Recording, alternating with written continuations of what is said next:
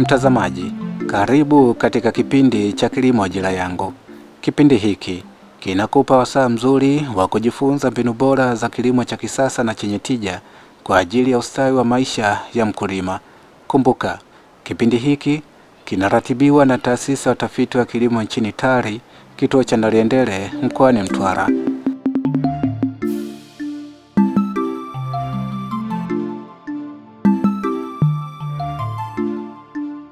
Katika kipindi cha leo, tutaangazia juhudi za TARI Naliendele za kuzalisha mbegu bora za zao la karanga, kusambaza na kutoa elimu kwa wakulima katika mikoa ya Dodoma, Singida na Geita ili walime na wazalishe mbegu nyingi kwa ajili ya kuwapatia wakulima wengine.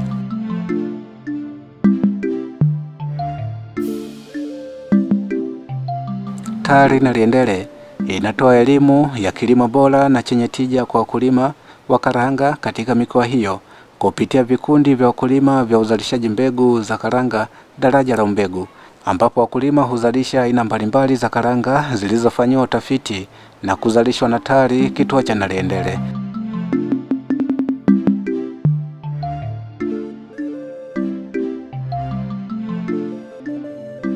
Siku hii ya mkulima, tumeona siku hii tuifanyie hapa kwa mkulima ambaye ni mzalishaji wa mbegu ili wakulima wengine waweze kujifunza. Katika shamba hili tumekuta mkulima amezalisha mbegu aina ya Naliendele 2016 na mbegu hiyo ni miongoni mwa mbegu ambazo zimethibitishwa ubora na zinafanya vizuri hasa kwa ukanda huu wa Manyoni na maeneo mengine. Sasa lengo la kufanya hii siku ya mkulima ili wakulima wengine waweze kujifunza kilimo bora cha karanga, lakini pia na uzalishaji wa mbegu ziweze kupatikana kwa wakulima wengine. TARI kwa kushirikiana na wadau wetu kama Helvetas pamoja na DASPA tunashirikiana kwenye hamasa ya wakulima kuongeza uzalishaji, lakini hamasa ya matumizi ya mbegu bora. Sasa tuna wadau ambao wenyewe wanafanya kazi hiyo ya kuzalisha mbegu kama ASA, makampuni ya mbegu, lakini na wakulima ambao ubora wake unadhibitiwa na Taasisi ya Udhibiti wa Mbegu Bora, yani TOSCI, ambao wanahakikisha vigezo na masharti yanazingatiwa katika uzalishaji wa mbegu. Hayo yote katika siku hii ya mkulima tumeweza kuwaelewesha na kuwaelekeza wakulima waendelee kuzalisha karanga kwa kutumia mbegu bora.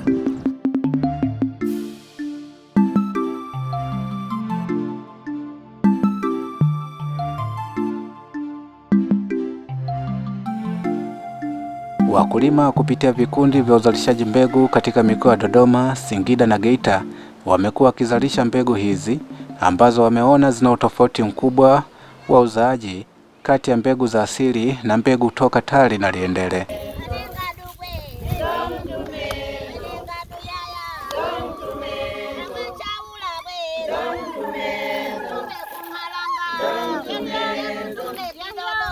Katika wilaya ya Chamwino mkoani Dodoma, ambao ni wakulima wa siku nyingi wa zao la karanga, wanasema mbegu za TARI Naliendele zinazaa kwa wingi katika mkoa wao.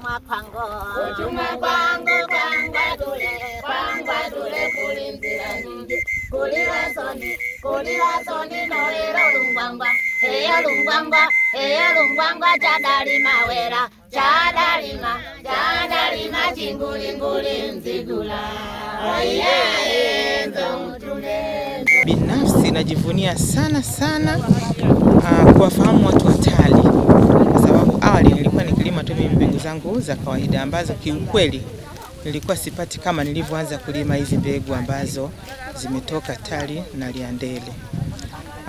Nimelima mwaka huu mazao ya karanga aina 3.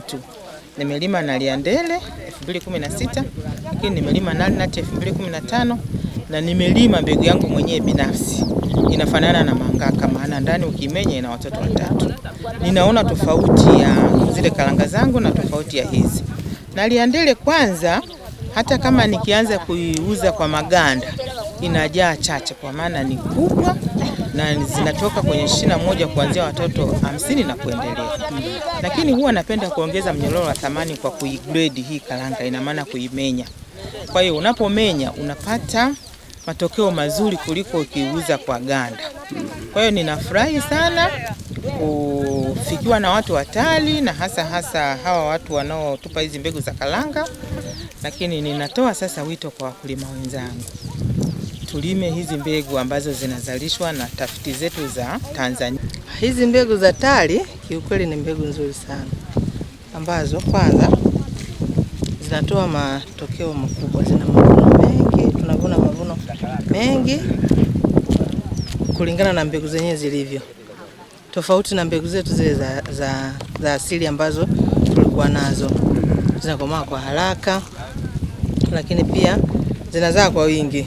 Kwenye shina moja la karanga, kwa mfano hizi naliandele au nalinuts, shina moja la karanga ambalo ni zuri, kwenye lile shina unaweza ukapata karanga zisizopungua 120, 110 kutokana na udongo ambao umezipanda hizo karanga. Zinatangazwa mbegu za makampuni ya nje, wakati ili hali tuna wazalishaji mbegu hawa wadogo wakulima kabisa ambao wanazalisha kwenye mazingira tulionayo, na kwa sababu anakuwa amezalisha mazingira yale ambayo mimi bado pia mkulima nitaenda kulima kwa mazingira yale ambayo amezalishia, inakuwa ina matokeo mazuri zaidi ambayo tunaweza tukatumia. Hizo zingine haujui imezalishiwa wapi, kwa udongo gani, baadaye unaambiwa ni nzuri, lakini unapokuja kupe kulingana pengine na udongo wako vikawa vimefanyaje, vikawa vimepishana, isilete matokeo mazuri, lakini inakuwa inapatikanika kwa gharama kubwa, tofauti na tukitumia za hawa wakulima wetu ambao wamezalisha wenyewe, unaipata kwa gharama nafuu, hautumii gharama kuifuata sijui mjini, unaipata kwa mazingira yale. Kwa hivyo mimi niliona tu serikali iweze kuwasaidia hao wazalishaji mbegu kwa namna hiyo, lakini pia kuwaelimisha, kuendelea kuongea na wakulima kwamba hizi mbegu zinazozalisha na wakulima wetu ni nzuri zaidi, kwa sababu unaweza ukailima na ukairudia, tofauti na mbegu ambazo zinazalishwa kwa makampuni ya nje ambao kwa kibiashara zaidi.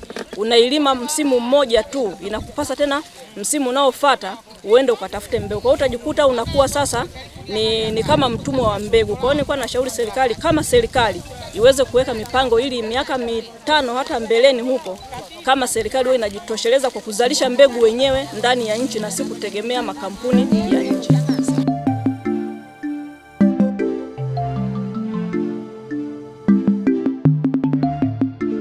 Katika wilaya hii ya Chamwino, TARI Naliendele imewapatia wakulima aina mbalimbali za mbegu bora za karanga kwa ajili ya uzalishaji na kusambaza kwa wakulima wengine.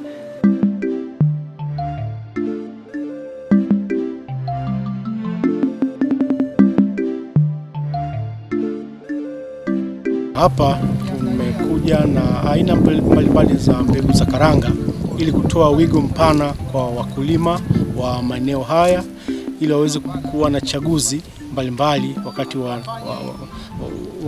kuandaa mashamba yao.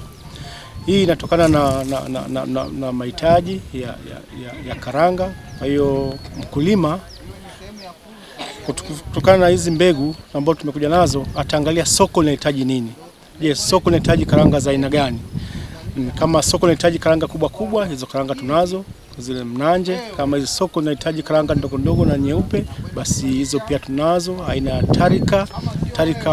tarika moja na tarika 2. Hizi ni mbegu ambazo zimegunduliwa hivi karibuni, lakini ni mbegu ambazo zinafanya vizuri. Kwa hiyo tuna mbegu takriban aina 13 ambazo zinaanzia siku za kukomaa kuanzia siku 90 hadi siku 120. Kwa hiyo mkulima atachagua hapo anahitaji mbegu gani kulingana na hali ya hewa la eneo husika. Pili, hizi mbegu zinastahimili magonjwa kama yale ya ukoma na madoa ya majani. Pili, magonjwa yanayotokana na sumkuvu. Kwa hiyo hizi mbegu ni kinzani kwa hayo magonjwa. Pili, atakuwa anaangalia sasa soko linahitaji nini.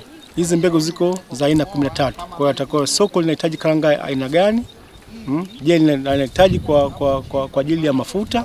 Kuna aina ya mnanje ambayo ina mafuta, inatoa mafuta mengi ambayo inaenda hadi 51%. Kwa hiyo tumeleta hizi mbegu aina hizi 13, kwa hiyo awe na wigo mpana wa kuchagua kulingana na soko linahitaji nini.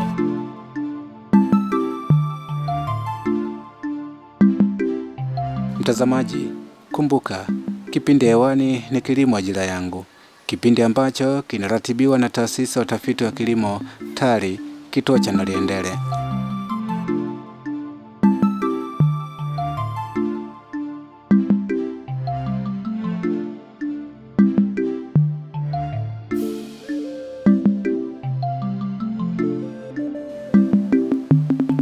Mbegu za karanga za TARI Naliendele pia zimetolewa kwa wakulima na wazalishaji mbegu katika wilaya Manyoni na Iramba mkoani Singida.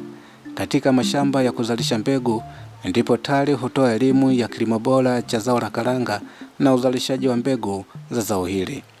Hapa wazalishaji wa mbegu na wakulima wamejionea namna mbegu zilizofanyiwa utafiti zinavyozaa kwa wingi kuliko mbegu zao za asili.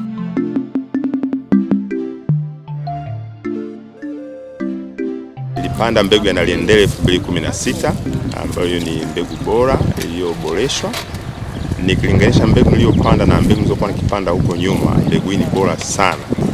Kwa hiyo ni mbegu bora, inazaa sana, na mbegu hii ni kinzani katika magonjwa. Nimeangalia kwa muda mfupi, nimegundua mbegu hii hata haiozi. Yaani ina zaidi ya siku 120 ambazo zile za kwa maana ya utafiti. Lakini mpaka sasa hivi mbegu iko shambani na bado sijamaliza kuvuna, lakini mbegu bado ni bora na haijaoza na iko bora zaidi. Kwa nimeikubali mbegu ya Naliendele 2016. Kwa muonekano tu mchache wa wakulima wamefika hapa, wengi wameshaniona, zaidi ya wakulima 8-9 wote wanataka mbegu kama niwabakishie mbegu ili waweze kununua. Mimi ni mkulima, kwa kweli tuko kwenye shamba la mkulima aliyeletewa mbegu ya kisasa. Tumejifunza vitu vingi sana kuhusu mbegu. Lakini wilaya yetu na vijiji vyetu vinavyozunguka wilaya ya Manyoni tunashiriki sana kwenye ulimaji wa karanga. Tulikuwa tunalima karanga kiholela, lakini kwa sasa tumeshajua mbegu bora ni ipi na inahitaji udongo upi. Kwa hiyo msimu ujao nadhani tutafanya vizuri zaidi ya hapa. Karanga kwa kweli ni tamu, ni nzuri, ni laini, alafu zinazaa sana. Hata muonekano wake wa punje nyekundu ni muonekano mzuri sana. Kwa hiyo tunashukuru sana kwa mafunzo mliotupatia, tutafanyia kazi. Ombi langu kwa serikali, kwa hawa TARI wanaozalisha hizi karanga, hizi mbegu, wajaribu kutukumbusha mara kwa mara na hawa wazalishaji wengi, yani haya mashamba darasa yafanyike kwa wingi ili tuzidi kupata mbegu nyingi zaidi za ambazo ni bora. Karanga kwetu halmashauri ya Manyoni ni zao la kibiashara, lakini pia ni zao la lishe. Kwa maana nyingine, kiujumla katika halmashauri tunazalisha tani 16,500, lakini sehemu kubwa ya ukulima wetu 60% mpaka 70% na anatumia mbegu za kienyeji. Lakini sasa hivi kwa kushirikiana na wadau Helveta, wadau wetu wa TARI, Toski, tunakuja na programu ya mbegu bora ambayo itaenda kusababisha kuongeza uzalishaji, hivyo kuongeza kipato cha mkulima, kuongeza mapato ya halmashauri, kwa sababu katika ushuru tunaokusanya kutokana na karanga tunaamini kwa matumizi ya mbegu hii bora tutaenda kupata mara mbili. Kwa hiyo soko la karanga ni zuri, tuna soko Dodoma, tuna soko Singida. Kwa hiyo suala la bei kwetu sio tatizo. Tunachozingatia tu ni uzalishaji uwe mzuri, kwamba katika eneo dogo mkulima azalishe kwa tija ili apate mazao mengi ya kutosha. Mbegu hizi ambazo tumeziona zilizoletwa na watafiti kutoka Naliendele ni mbegu mwafaka ambazo sasa zitawasaidia wakulima kuwatoa pale walipo na kuendelea mbele, kwa sababu wakulima wengi ndani ya halmashauri ya wilaya ya Iramba walikuwa wanatumia zile mbegu za asili ambazo hazina ukinzani na magonjwa. Kwa mfano, kuna tatizo la sumukuvu. Sumukuvu imekuwa ni changamoto kubwa sana, lakini kupitia mbegu hizi ambazo zimeletwa na watu wa watafiti kutoka Naliendele Mtwara zitasaidia kuondoa tatizo hili. Na sasa tumeshaona hili. Kwa hiyo kupitia bajeti ya halmashauri upande wa kilimo tutaweka bajeti yetu ili tuweze kununua mbegu hizi na kuweza kuwasaidia wakulima ili kuweza kuwatatulia tatizo hili. Kwa sababu mbegu tunazozitumia kwa kweli tangu nilivyoanza kulima hizi karanga, yani zile mbegu yani zinaachwa mbali tukipata. Yani kwa kadirio la chini zimeiva sio vizuri hizi karanga nilizozalisha. Yani zina watoto 200. Watoto 200, yani hizo hazijaiva vizuri. Kwa maana zinazaa sana. Zinazaa sana yani.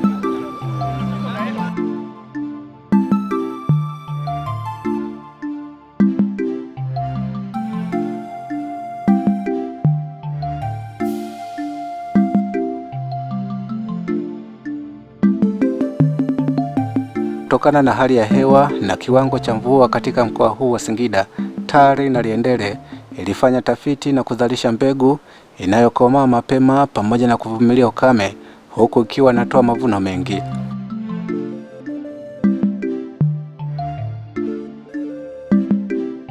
Na mbegu ambazo mpya ambazo taasisi ya TARI imezigundua mwaka mmoja uliopita, ambao mbegu hizi zinaitwa Tarika 1 na Tarika 2. Kwa mazingira ya hapa tulipo, hizi mbegu zinaweza kufanya vizuri kwa sababu haya maeneo ni maeneo ambayo kidogo yanapata mvua ambazo si nyingi. Kwa hiyo ni mbegu ambazo zinakomaa kuanzia siku 90 hadi siku 100. Kwa ni mbegu ambazo inastahili kabisa mazingira haya ambayo tulipo. Pili, mbegu hizi zinavumilia magonjwa ya karanga, ambayo kwenye karanga tuna magonjwa kama ukoma. Na ugonjwa wa pili ni ugonjwa wa madoa kwenye majani, na ugonjwa tatu ni ugonjwa wa sumkuvu. Kwa hiyo mbegu hizi zinastahimili hayo magonjwa. Kwa hiyo mkulima akizilima ataweza kuongeza uzalishaji, kwa sababu zinazaa kuanzia tani 1 hadi tani 1.5 kwenye hekari 2.5, ndio sema hekta 1. Kwa hiyo mkulima akizipanda hizi mbegu ataongeza uzalishaji na hata tija pia itapatikana, na hiyo itaongeza uzalishaji wa karanga kwa maeneo yetu, kwa vile tunajua kwamba Agenda 1030 inasema ifikapo mwaka 2030 kilimo kichangie walau 10%. Kwa hiyo kwa kazi hizi ambazo tunazifanya za kupromote hizi mbegu ambazo tunazo na ambazo zinazaa sana, kwa hiyo hilo lengo la wizara tunaona kwamba tunaenda kulifikia ifikapo 2030.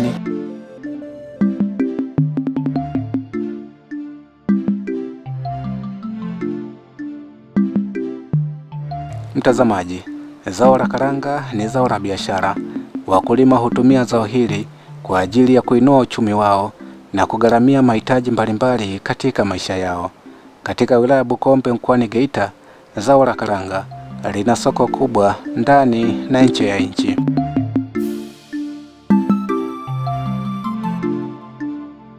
Hali ya soko kwa wilaya yetu ya Bukombe, soko ni nzuri, soko lipo. Kama unavyoona, wilaya yetu ya Bukombe imezungukwa na mikoa pamoja na kidogo kwa jirani, tunapakana na nchi jirani. Kwa hiyo masoko yapo. Sisi kama Bora Kilimo Biashara tunanunua karanga kwa ajili ya kutengeneza ile siagi ya karanga, kwa maana peanut butter, lakini vile vile tunatumia karanga kama malighafi kwenye kutengeneza unga wa lishe, lakini vile vile tunatumia karanga kwenye kukamua mafuta ya karanga, lakini tunatumia karanga vile vile kuinunua na kuiuza kwenye masoko ya ndani na masoko ya nje. Ya uhakika wa soko wenyewe upo, na tunanunua karanga mwaka mzima. Na muda mwingine tunanunua karanga kwa ajili ya kupeleka kwenye mikoa mingine kama mikoa ya kaskazini, mikoa ya Dar es Salaam, lakini vile vile tunanunua karanga kwa ajili ya kuuza kwenye masoko mengine kama masoko ya Uganda, masoko ya Burundi, masoko ya Rwanda, na hata wakongomani pia wanakuja kuchukua karanga. Kwa hiyo soko la karanga lenyewe lipo.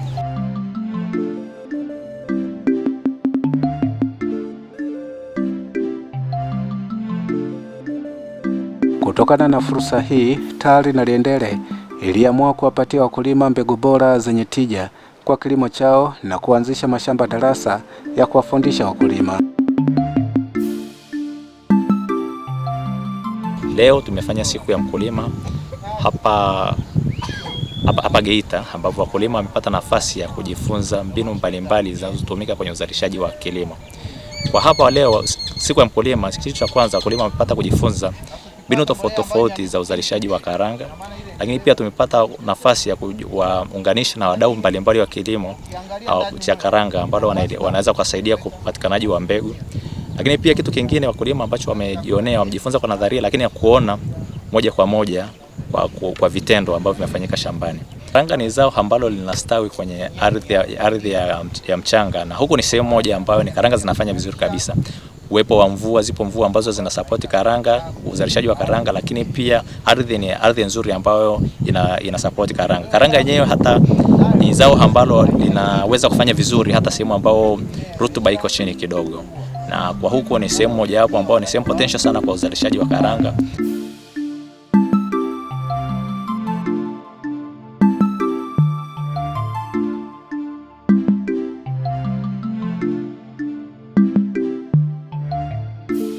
Utofauti wa mbegu zilizofanyiwa utafiti na TARI Naliendele na mbegu za asili za wakulima wa karanga katika wilaya Bukombe zimeonekana katika mashamba darasa ya zao la karanga.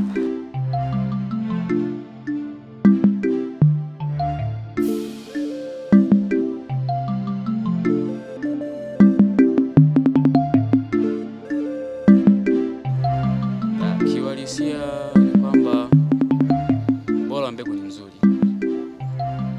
Tumeona utofauti wa mavuno ukilinganisha na mbegu ambazo zimezoeleka mwanzo wa mbegu ambazo ni za kienyeji.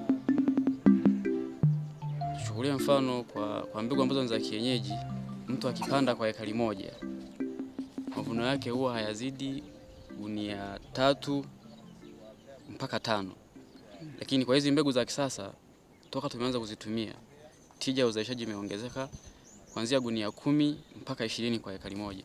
Ndio, zao hili lina manufaa kwa wakulima, mwananchi mmoja mmoja, lakini kwa halmashauri upande wa kuongeza mapato ya halmashauri, kwa sababu zao hili huwa ni zao pendwa. Mwananchi akilima karanga kwa kupata mavuno mengi, akawa na ziada ya kuuza, huwa hawahangaiki na masoko kama mazao mengine. Anauza kwa muda ambao anapenda mwenyewe.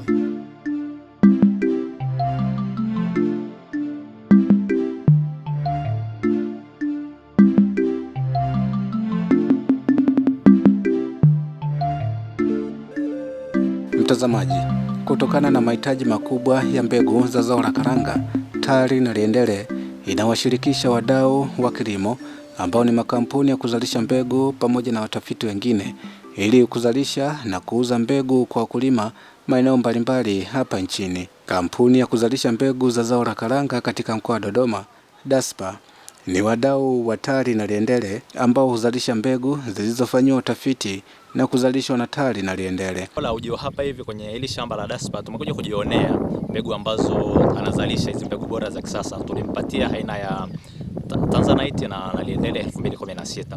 Tumefika shambani tukajiona kwanza uzaaji wake upoje, lakini zipoje. Kwa ambacho tumekiona shambani ni kwamba hizi mbegu zinafanya vizuri, kwanza zinazaa vizuri, lakini pia zinastahimili magonjwa. Na kama tulivyojionea leo, tunaendelea kutoa wito kwa wakulima kwamba waendelee kutumia hizi mbegu za kisasa ambazo tunazitoa na wazingatie kilimo bora, kwani kinatija, kinazaa vizuri, karanga zinazaa vizuri, lakini pia ni sehemu ya kuweza kujikwamua kwa kiuchumi. Karanga nilioshika hapa ni karanga aina ya Naliendele 2016. Hii ni mbegu ya karanga iliyozalishwa ndugu zetu watafiti wa TARI kutoka Naliendele, na tunailima hapa mkoa wa Dodoma. Kama unavyoona ni karanga hii ndio inatupa utofauti wa karanga za asili na karanga hizi ambazo zimefanywa utafiti na kuzalishwa na Naliendele. Hii karanga unavyoiona hapa bado haijakomaa, lakini ni karanga imebeba sana. Kwa haraka haraka nikihesabu hapa zinaweza zikafika mpaka iko mifuko kama karibia 120 hivi inaweza ikafika. Imebeba sana na bado haijakauka vizuri, lakini ni karanga nzuri sana.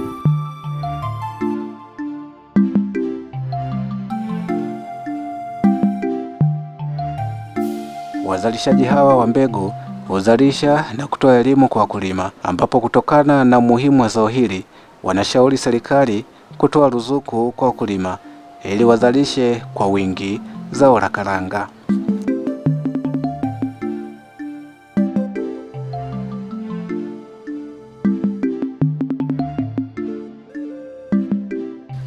Lakini pia tuna hizi mbegu zinazalishwa na TARI ambao ndio watafiti wakuu wa mbegu za karanga kutoka Naliendele Mtwara, ambao tumeshirikiana kwa leo kusudi tuweze kuwaonyesha wakulima aina za karanga zilizopo katika TARI na pia ambazo zimezalishwa katika eneo hili. Nafikiri karanga tangu awali tunasema mimea yote hii ambayo ina jamii ya mikunde ukichanganya na hizi karanga zenyewe zina nafasi kubwa sana ya kuhakikisha kwamba unapopanda pamoja na kupata mavuno, lakini pia unakuwa inarutubisha udongo. Kwa maana yake kwamba kutakapokuwa na ruzuku, maana yake wakulima wengi wataingia katika uzalishaji wa hizi karanga katika maeneo makubwa zaidi. Unapopanua maeneo makubwa, maana yake kwamba utapata kipato, lakini pia utakuwa umeboresha ardhi ambayo itasaidia kwamba baada hapo kunakuwa na uhakika kwamba ardhi yetu imehifadhiwa na imepata rutuba ambayo ukibadilisha zao jingine unaweza kupata mavuno mengi na ya kutosha. Sasa hivi kuna vita inayoendelea huko Mashariki ya Kati yanayohusu Strait of Hormuz ambako mafuta yetu ya kuja nchini yanapitia, ambako mbolea zetu nyingi za kuja nchini zinapitia, na huku tuendako hatujui mambo yatakuwaje. Lakini mazao kama haya ya mikunde, hasa karanga, bambara nati, maharage ambayo yanazalisha mbolea yake yenyewe ni muhimu sana.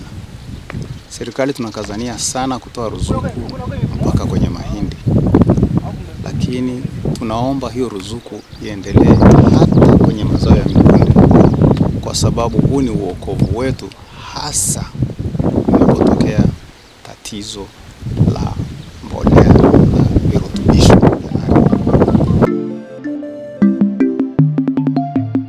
Mikakati ya TARI na Liendele ni kuhakikisha mbegu bora za zao la karanga zinawafikia wakulima wote nchini, ambapo mashamba darasa na uzalishaji mbegu yataanzishwa katika maeneo mbalimbali yanayolima zao la karanga ili kutoa elimu na kuzalisha mbegu za zao hili. Kwa kuwa hizi mbegu zinafanyiwa utafiti na TARI na zinazalishwa kupitia TARI, lakini kupitia taasisi ya ASA pamoja na makampuni mengine ya mbegu. Sasa lengo la kufanya hivi pia kuhakikisha mbegu zinapatikana kwa wakulima kwa wakati. Lakini pia sisi kama taasisi hatujabaki nyuma.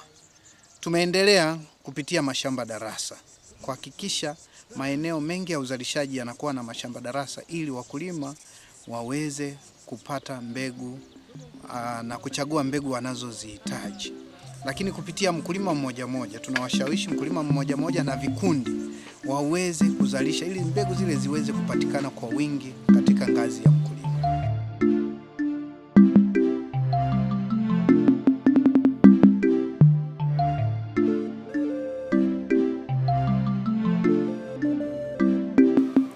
Mtazamaji, hadi hapo tumefikia mwisho wa kipindi chetu kwa leo. Kumbuka, kipindi hiki kimeratibiwa na taasisi ya utafiti wa kilimo nchini TARI, kituo cha Naliendele kilichopo mkoani Mtwara. Usikose kutazama kipindi cha Kilimo Ajira Yangu siku kama ya leo na muda kama huu juma lijalo. Kwa muda wote huu umekuwa nami mwandaaji na msimulizi wa kipindi hiki Adam Malima. Nasema kilimo ni ajira yangu. Asante na kwaheri kwa sasa.